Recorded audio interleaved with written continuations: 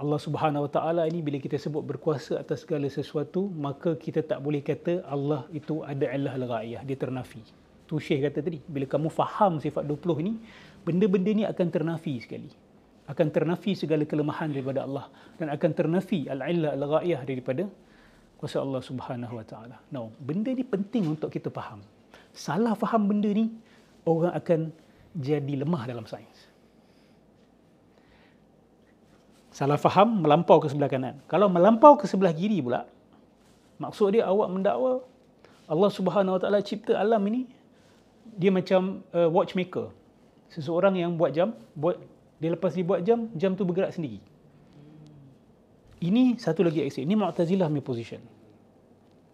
Dan lagi satu ni, the extreme position adalah wahdatul wujud. Semuanya Allah. Okay? Di tengah-tengah tu adalah Asy'ariyah.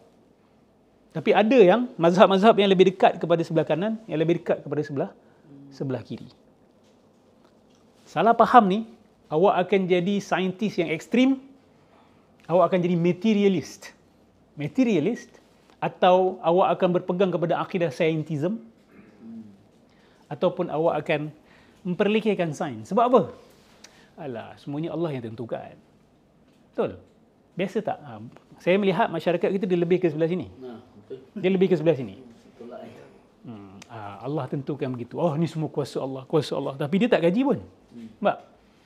Sebab bagi dia, dia sudah menyatakan the real cause of everything. Which is, ni semua kuasa Allah je. Tapi dia tak tahu benda pun pasal electricity. Bila sebut, oh ni electricity, oh Alexander Graham Bell contoh. Kan? Betul ke? Electricity? Salah? Siapa? Salah. Tesla. Masih. Alexander Graham Bell telefon. Telefon. Saya biasa bila cerita, oh ni dapatan ni, dia orang kata, ni semua kuasa Allah je. Allah juga. Allah yang buat. Betul. Kenyataan itu betul. Tetapi bila awak berhenti dekat situ, apa jadi? Tak maju lah. Awak hanya kata kuasa, tapi awak tak faham hikmah dan kebijaksanaan Allah di sebalik ciptaan-ciptaan ini. You hanya kata, okay, kuasa, okay, what's so great about it? Sebab tu Allah kata apa? Innama yakhshallaha min ibadihil ulama. Yang takutkan Allah sebenar-benarnya adalah orang yang alim, orang yang tahu. 2 minggu lepas saya cerita berkenaan dengan saintis. Dia kata ada saintis yang wali. Orang tak, ada orang tak boleh terima ni. Betul. Kan? Cuba kasi bukti. Siapa? Kan? Dia orang betul-betul tak boleh terima yang saintis ni kadang-kadang boleh jadi lebih dekat dengan Allah daripada agamawan. Kan saya tanya soalan sama, kalau ada anak awak jadi mufti ke, alim agama ke, atau jadi saintis? Rata-rata akan nak jadi alim agama. Sebab apa? Ada kepercayaan bahawa alim agama ni dia lebih dekat dengan Allah. Betul ke? Boleh tak alim agama ni sebenarnya lebih jauh daripada Allah? Boleh tak? Boleh. Awak tengok ayat yang saya baca tadi. Innama yakhshallaha min ibadihil ulama. Allah cakap punchline tu selepas dia cerita pasal apa?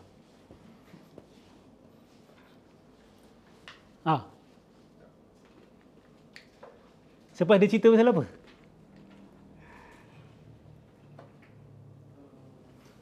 Yang belum pernah baca, cuba try teka.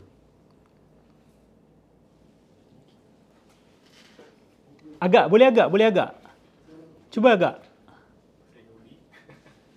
Apa dia? Bukan? Pasal penciptaan. Penciptaan. Betul. Allah tengah cerita tentang fenomena alam. Lepas tu punchline dia apa? Okey, tengok surah Fatir ayat 27 dan 28. Bagus, Muzakir. Ustaz Muzakir. Surah Fatir ayat 27 dan 28. Alam tara anna Allah anzala minas sama'i ma'an fa akhrajna bihi thamaratin mukhtalifan alwanuha?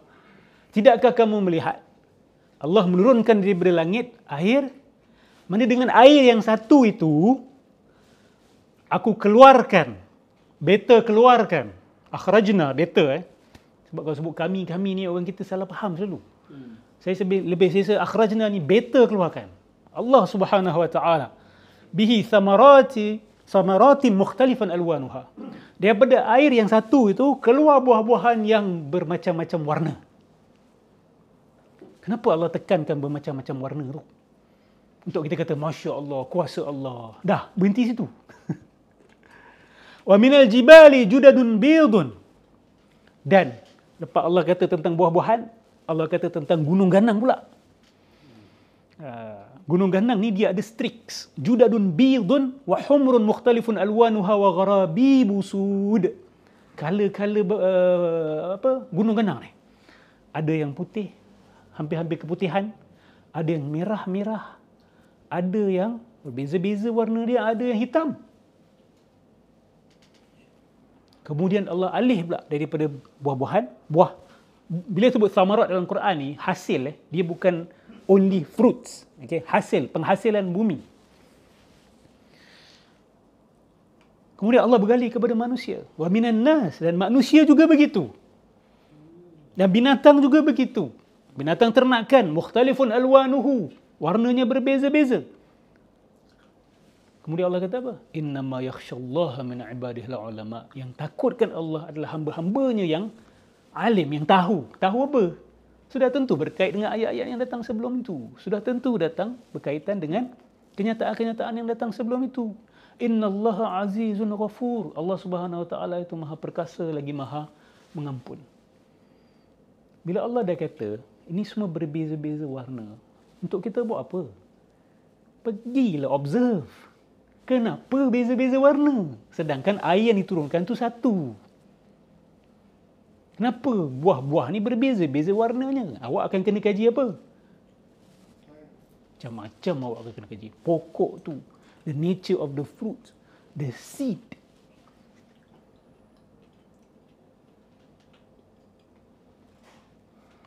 Alah Ustaz, ini ulama bukan arifin. Innama ghasyallahu min... Ulama ni level bawahan Ustaz. Dalam Quran tak ada pun arifin. Imam Al-Junaid Al-Baghdadi mengatakan bahawa lafaz ilmu itu lebih tinggi daripada lafaz ma'rifat. Tapi puak-puak ni dia suka letak ma'rifat tu lebih tinggi. Ni orang ilmu je Ustaz. Sekejap Ni orang ilmu je. Ni zahir saja. Kami ma'rifat. Tapi Al-Junaid Al-Baghdadi, Syekhut Taifah, ketua kepada tasawuf, dia kata apa? Lafaz ilmu tu Allah guna dalam Quran. So itu lafaz yang lebih tinggi daripada lafaz ma'rifatullah. Al-ilmu billah. Tak ada masalah pun nak kata al-ilmu billah. Sebab dalam ayat ni yang paling takut kepada Allah adalah ulama. Ulama tentang apa? Ulama tentang alam, ulama tentang Allah. Dialah yang paling takut. Sebab bila awak pandang alam ni, awak boleh kiaskan. Kalaulah begini yang mencipta, ciptaan itu, bagaimana yang mencipta? Ulama. Apa Allah sebut dalam Al-Quran? Inna akramakum indallahi atqakum. Yang paling mulia apa?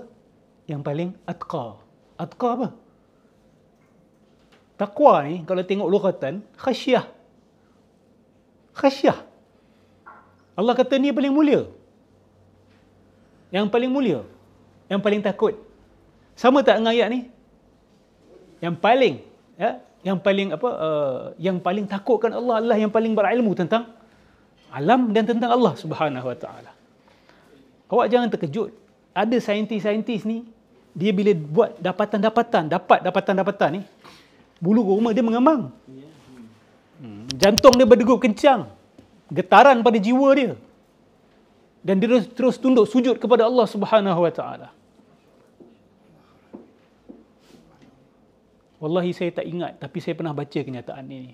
Ada seorang saintis yang cakap, tapi dia bukan Muslim.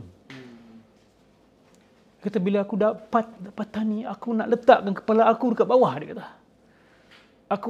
I'm at awe with the Creator.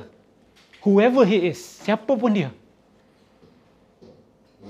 Sudah ada khasyah dalam jiwa tu. Dah ada ketakjuban, keterpesonaan dengan Tuhan. Benda ni tak ada dalam budaya kita sekarang ni. Marah pula ada orang kata, Ustaz Anwar ni pandang tamadun Melayu ni teruk betul. Saya tak kata sepanjang zaman. Saya kata sekarang ni. We have some real problems and we have to acknowledge it.